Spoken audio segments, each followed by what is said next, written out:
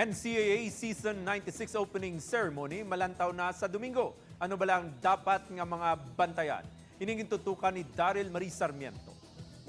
It seemed like an impossible task. But with the right vision and unyielding determination, nothing is impossible. Good news sa aton kapuso sports fan, bangod mag-umpisa na ang ginahulat-hulat ng NCAA Season 96, balantayan ng world-class performances sang young Filipino student athletes gikan sa 10-member schools sa pagpanguna sa Kolehiyo de San Juan de Letran. Sa Dominggo, malantaw hindi lang sang aton mga kapuso diri sa Pilipinas, kundi pati man sa abroad, ang NCAA Season 96 opening ceremony. Mangin Pinasahi ang opening ceremony, bangod hiwaton ini virtual. What NCAA truly deserves and represents, which is hope. With that, we are excited to start the next phase of our partnership with NCAA.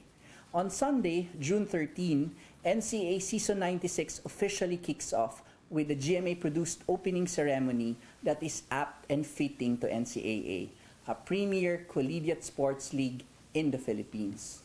We are looking forward to show everyone, including our kapuso abroad, the world-class talent our young Filipino student athletes. Nakauna nga sporting event ka masaksihan ang taekwondo nga magasugod na sa lunes. Bangod sa pandemya na atrasarang pagpatigayan sang liga, apang subong ginatunan man sang NCAA kun bala sarang magpatigayan sang in-person sporting events sa masunod nga mga binulan. We have to work with the policy board. Sabi nga ni Rector and President ng policy board kanina, we adhere to the strictest safety protocols as much as possible, and there are many agencies involved.